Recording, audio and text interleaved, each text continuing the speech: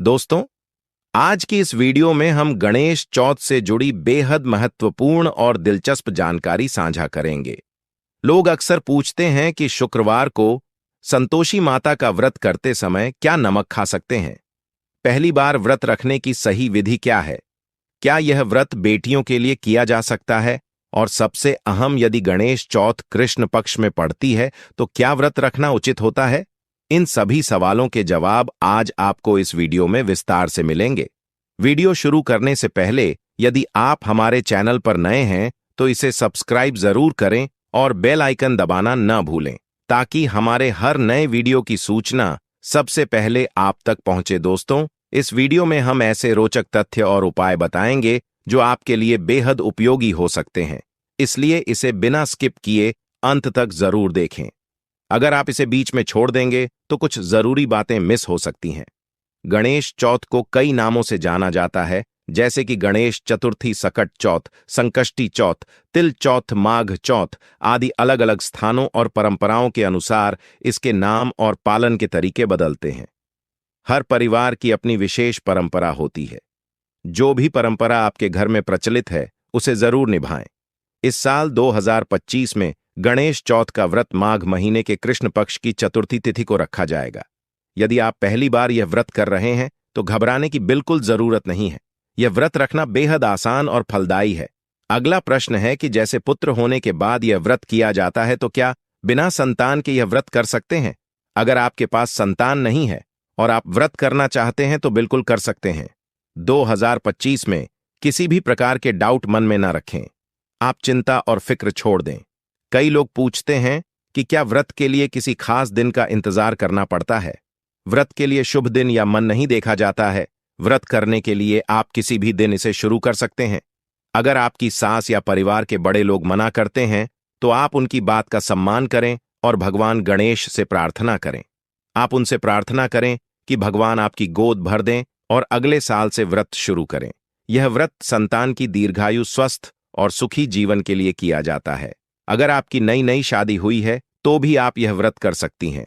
हर मास खत्म हो चुका है तो अब आप किसी भी व्रत की शुरुआत कर सकती हैं, क्योंकि यह व्रत 12 से 14 घंटे का ही होता है और इसमें निर्जला और निराहार रहना होता है।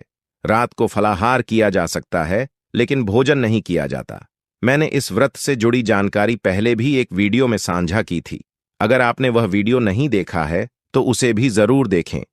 उसमें कई महत्वपूर्ण बातें बताई गई हैं। अगर पहली बार व्रत छूट गया हो तो आप इसे दोबारा कर सकते हैं। इसमें कोई दिक्कत नहीं है।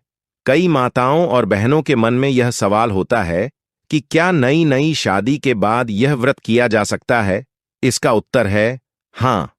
अब आप व्रत शुरू कर सकती हैं और भगवान गणेश की कृपा प्राप्त कर सकती हैं।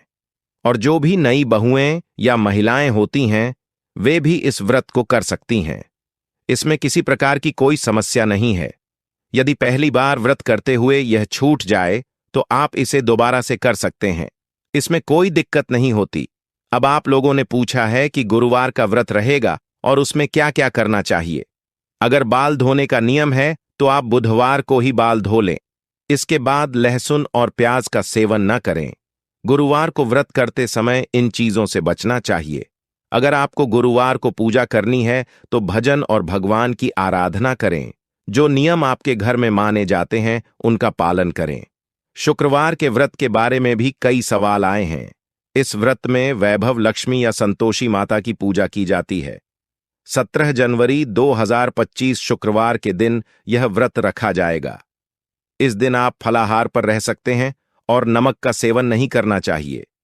अगर किसी को शुगर या अन्य स्वास्थ्य समस्याएं हैं तो वे मीठे फलों का सेवन कर सकते हैं, लेकिन व्रत में नमक बिल्कुल नहीं खाते। सर्गी के समय आप चाहे तो चाय, पानी या आवश्यक दवाएं ले सकते हैं, खासकर अगर सिर दर्द या अन्य समस्याएं हों। यह व्रत 12 से 12 घंटे का होता है और इसे चंद्रदेव की पूजा के बाद खोला जाता है।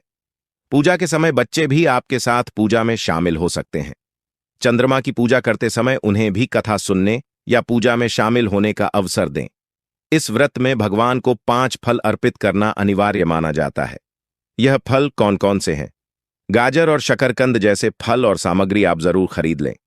खासकर यूपी और बिहार के लोग इसे अच्छी तरह जानते हैं। गाजर, शकरकंद, जिसे मीठा आलू भी कहते हैं, केला, अदरक और अन्य फल भगवान को अर्पित करने के लिए उपयोग किए जा सकते हैं। 5 अलग अलग सामग्री जरूर चढ़ाएं।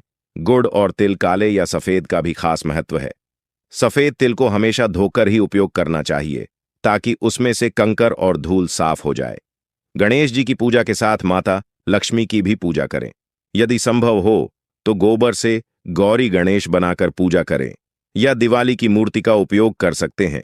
पूजा के दौरान भगवान को चंदन का तिलक लगाएं और बच्चों को भी तिलक लगाकर रक्षा सूत्र बांधे। गणेश चौथ के दिन यह कार्य विधि पूर्वक करना चाहिए। अब बात करते हैं चंद्रोदय के समय की। अगर चंद्रमा नहीं दिखते तो 9 बजे के बाद पूजा करें। इससे पहले पूजा करने से व्रत खंडित हो सकता है। ठंड के मौसम में कई जगहों पर चंद्रमा नहीं दिखता तो 9 बजे के बाद कच्चे दूध, पान, सुपारी और तिल के साथ चंद्रमा को अर्घ दें। काला तिल या सफेद तिल दोनों में से कोई भी इस्तेमाल किया जा सकता है। पूजा के दौरान भगवान को सिंदूर चढ़ाना न भूले। गणेश चौथ का व्रत माघ महीने के कृष्ण पक्ष की चतुर्थी तिथि को किया जाता है। हर राज्य में चंद्रोदय का समय अलग अलग हो सकता है, इसलिए अपने क्षेत्र के समय का ध्यान रखें। अब बात करते हैं गणेश चतुर्थी की पूजा विधि की। इसे घर पर बहुत ही सरल तरीके से किया जा सकता है। ज्यादा सामग्री की आवश्यकता नहीं होती। तिल और गुड़ जैसी सामग्री से पूजा आरंभ करें। यह विधि न केवल आसान है बल्कि पारंपरिक नियमों का पालन करते हुए इसे हर कोई कर सकता है। जो सफेद तिल होते हैं उन्हें आप बाजार से खरीद लें। अगर आपके घर पर उपलब्ध हैं तो उन्हें भी इस्तेमाल कर सकते हैं। सबसे पहले सफेद तिल से गणेश जी की एक छोटी प्रतिमा बना ले, क्योंकि तिलकुट गणेश चतुर्थी के दिन तिल से बनी गणेश जी की प्रतिमा का विशेष महत्व है। यह परंपरा कहती है कि इस दिन तिल से बनी प्रतिमा को पूजा में स्थापित करना शुभ होता है। अब पूजा की तैयारी शुरू करें। सबसे पहले एक पटा लें और उस पर लाल रंग का कपड़ा बिछा दें। इसके ऊपर तिल से बनी गणेश जी की प्रतिमा को स्थापित करें। इसके बाद फूल, दीपक और जो भी सामग्री आप चढ़ाना चाहते हैं उसे तैयार रखें। दीप जलाएं और भगवान की विधिवत पूजा करें। यह पूजा आप दिवाली या अन्य व्रत की पूजा विधि के अनुसार कर सकते हैं। तिलकुट गणेश जी की पूजा में आप तिल के लड्डू, पंजीरी और अन्य मिठाई चढ़ा सकते हैं। पूजा के बाद अग्नि की भस्म लेकर उसे पूजन में उपयोग करें। इसके बाद भगवान के सामने अपनी प्रार्थना रखें और दीप जलाकर पूजा संपन्न करें। अब बात करते हैं गाय से जुड़े उपाय की। शास्त्रों में गाय को माता का दर्जा दिया गया है। गाय को मारना या कष्ट देना बहुत बड़ा पाप माना गया है, जिसका परिणाम नरक और अगले जन्म में पशु योनि के रूप में मिलता है। कथा में बताया गया है कि गौतम मुनि ने गलती से एक गाय को मार दिया था, जिसके पाप से मुक्त होने के लिए उन्हें वर्षों तक तपस्या करनी पड़ी। इसी तरह भगवान श्री कृष्ण ने भी गाय की रक्षा और पाप मुक्ति के लिए विशेष कार्य किए थे। गणेश चतुर्थी के दिन गौ माता की सेवा करने का विशेष महत्व है। गाय को हरा चारा, गुड़ और तिल खिलाए। इससे आपके पापों का नाश होता है और पुण्य की प्राप्ति होती है। गाय के लिए स्नेह और सेवा का यह कार्य आपके जीवन में सुख और समृद्धि लाने में सहायक होगा। जो लोग गायों का सम्मान और सेवा करते हैं वे जीवन में पुण्य अर्जित करते हैं और उनके जीवन की सभी इच्छाएं पूरी होती हैं। गाय को अनावश्यक कष्ट दे या डंडा मारकर उठाने से बचना चाहिए। ऐसा करना पाप माना जाता है और अगले जन्म में इसके गंभीर परिणाम भुगतने पड़ सकते हैं। गाय के बछड़े को उसका हिस्सा दिए बिना पूरा दूध निकालना या बछड़े का दूध भी उपयोग करना शास्त्रों में घोर पाप कहा गया है। ऐसा करना न केवल अनैतिक है बल्कि इसके कारण व्यक्ति पाप का भागी बनता है। शास्त्रों में यह भी कहा गया है कि गाय और बैल की पीठ पर बैठना महापाप है। ऐसा करने वाले व्यक्ति को नरक की यातना झेलनी पड़ती है। गोवंश को देवों का अंश माना गया है।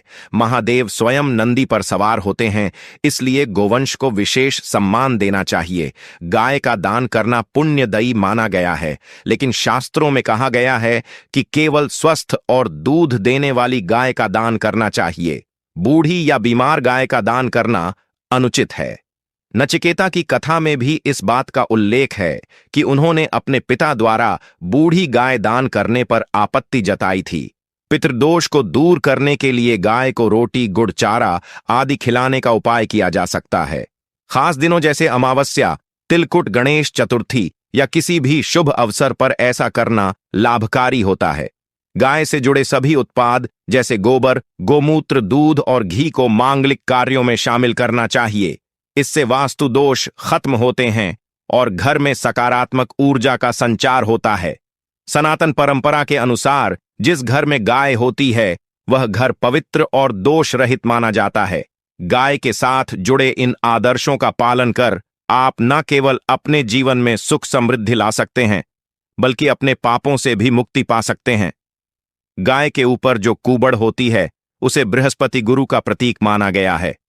यदि आपकी जन्मपत्री में बृहस्पति अशुभ स्थिति में हो तो जब भी आप शिवलिंग के दर्शन करने जाएं और रास्ते में गौ माता दिखें तो उन्हें अपनी दाहिनी ओर से जाने देना चाहिए। ऐसा करने से आपकी यात्रा अवश्य सफल होगी।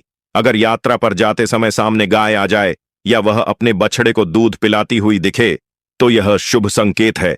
इसका अर्थ है कि आपकी यात्रा सफल होगी। जिस घर में गाय होती है वहां के सभी वास्तु दोष स्वतः ही समाप्त हो जाते हैं। गाय को रोटी खिलाने के लिए हमेशा ताजा रोटी बनाएं। कोशिश करें कि गाय को बासी रोटी कभी ना दें।